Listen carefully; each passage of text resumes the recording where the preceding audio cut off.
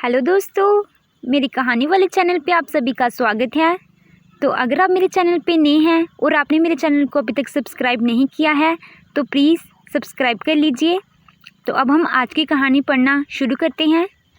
ससुराल की बात मायके तक। मधु की बहू निशा देखने में बहुत सुंदर थी। 4 भाइयों की इकलौती बहन निशा शादी के बाद ससुराल की हर एक बात अपनी माँ को बताती। एक दिन निशा की माँ निशा को फ़ोन करती है। अरे बिटिया रानी, जब से तू गई है तब से घर सूना सूना सा लगता है, ना मन लगे ना दिल। क्यों जे भाभियाँ क्या करती हैं सारा दिन जो तुम्हारा मन नहीं लगता? अरे बेटी, वो तो बहुएं हैं बहुएं, उनसे तो मैं खुद ही नहीं इतना घुलती मिलती, नहीं तो सिर पर चढ़ जाती हैं। अरे तू तो मेरी बेटी है। बेटी, बहुएं कभी बेटी बन सकती हैं क्या? कभी नहीं बेटा। ओ मेरी प्यारी माँ, चल अब मैं फ़ोन रखती हूँ। मेरी सास के खाने का टाइम हो गया है, उनके लिए गर्मा गर्म रोटी बना लेती हूँ, फिर थोड़ा आराम करूँगी। आज कमर में थोड़ा दर्द भी हो रहा है। अरे रुक तो, गर्मा गर्म रोटी खिलाने की आदत मत डाल अपनी सास को, हमेशा के लिए आफत खड़ी कर लेगी अपने लिए। अच्छा ज़रा 2 मिनट होल्ड करना। फ़ोन को होल्ड करके निशा की माँ अपनी बहू को कहती है, अरे ललन की दुल्हन, कहाँ मर गई? मेरे लिए गर्मा गर्म रोटी बना, भूख के मारे मेरी जान निकल रही है। जी माँ जी, अभी बनाती हूँ। और ऐसा कहकर वह फिर से अपनी बेटी से बात करने लगती है। हाँ तो बेटी, मैं बोल रही थी कि सुबह ही बना दिया कर सबके लिए रोटियाँ, और अपना भी ख्याल रखा कर। ठीक है माँ। निशा फ़ोन रखकर किचन से रोटियाँ बनाकर अपनी सास को देती है और कहती है, माँ मैं कल से रोटियाँ सुबह ही बनाकर रख दिया करूँगी, मुझसे यह बार बार खाना नहीं बनता। ऐसे कैसे सुबह बना मुझसे यह बार बार खाना नहीं बनता। ऐसे कैसे सुबह बना दिया करेगी? खाना नहीं बन तो क्या बनता है? मुझे तो 2 रोटी खानी होती है, खुद ही बनाकर खा लूँगी। अगले दिन निशा ये सारी बात अपनी माँ को फ़ोन करके बताते हुए कहती है, अरे माँ, आपने तो कमाल कर दिया। मैंने जब अपनी सास को कहा कि मैं आपके लिए सुबह ही रोटी बना दिया करूँगी तो बोली, रहने दो बहू, 2 रोटी बनानी है, मैं खुद ही बना लिया करूँगी। माँ मज़ा ही आ गया। अरे बोल अपनी सास को, जब 2 रोटी अपने लिए बनाएगी 4 मेरे लिए भी बना देना। अरे मेरी बेटी ठंडी रोटी खाएगी क्या? अरे माँ, तुम कितनी प्यारी हो, कितना सोचती हो मेरे बारे में। काश हर सास माँ जैसी होती। अच्छा चल ठीक है बेटा, रखती हूँ फ़ोन। देखूँ तो सही क्या कर रही हैं तेरी भाभियाँ। नज़र रखना बहुत ज़रूरी है, वरना घर को तो बेच ही दें। ऐसे ही दिन बीतते जाते हैं और निशा की माँ की दखल अंदाज़ी निशा के ससुराल में बढ़ती जाती है।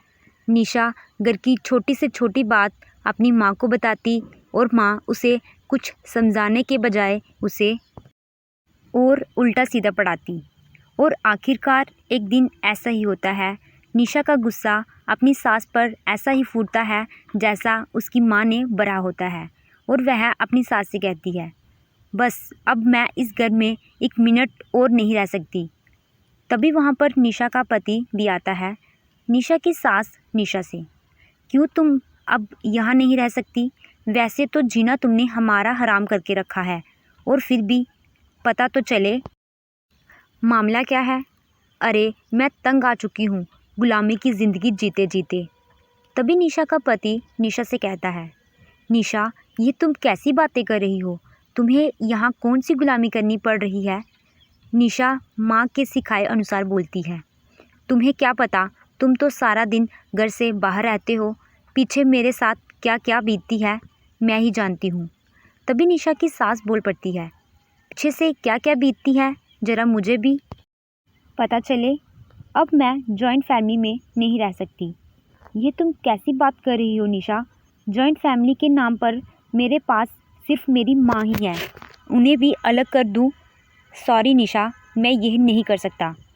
अपने पति से यह बात सुनकर निशा सामान पैक करके दरवाजे पर खड़ी हो जाती है। निशा को ऐसे घर छोड़कर जाते हुए देखकर निशा की सास कहती है, रुक जाओ बहू, मुझ बुढ़िया के कारण क्यों तुम अपना परिवार तोड़ रही हो। मैं ही चली जाती हूँ इस घर से। नहीं माँ नहीं, तुम कहीं नहीं जाओगी। और अगर निशा ये तुम्हारी शर्त है कि माँ हमारे साथ ना रहें तो मैं ऐसा हरगिज़ नहीं होने दूँगा।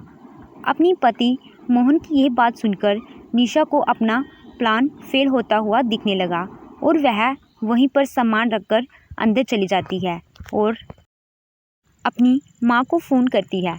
माँ, तुमने तो कहा था कि मोहन मेरा सामान देखकर मेरे पैरों पर गिरकर मुझे रोक लेगा और अपनी माँ को घर से निकाल देगा।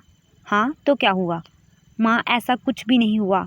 उल्टा इन्होंने तो कहा वह अपनी माँ को किसी भी हालत में नहीं छोड़ेंगे। ये कहकर निशा ज़ोर ज़ोर से रोने लगती है। अरे बस कर बेटा, चुप कर तू। अभी अपना सामान उठा और सीधे मेरे घर आ जा। नहीं माँ, मैं इनके बिना नहीं रह सकती। अरे तो तू रोज़ ज़िंदगी भर वहीं। अरे अगर तू अपना घर छोड़कर यहाँ आ जाएगी तो देखना मोहन कैसे नाक रगड़कर ले जाता है तुझे यहाँ से। और अगर ये नहीं आए तो माँ, पहले तू आ तो सही। फिर निशा बाहर आती है और सामान लेकर जाने लगती है। तभी मोहन बोल पड़ता है, रुको निशा। निशा खुश हो जाती है कि शायद मोहन को अपनी गलती का एहसास हो गया है। तभी मोहन कहता है, निशा अगर तुम घर छोड़कर जा रही हो तो वापस तभी आना जब मेरी माँ को अपनी माँ समझ सको, उनका ख्याल रखना हो, उनकी इज्जत करनी हो और घर को घर की तरह रखना हो। तुम कभी नहीं सुधर सकते। ये कहकर वह सामान लेकर वहाँ से निकल पड़ती है। पर क्या निशा की शर्तें पूरी होंगी? क्या वो और उसकी माँ मोहन को अपनी माँ से अलग कर पाएंगी? ये सब आपको अगले पार्ट में देखने को मिलेगा।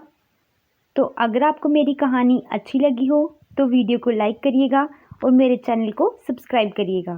Thank you.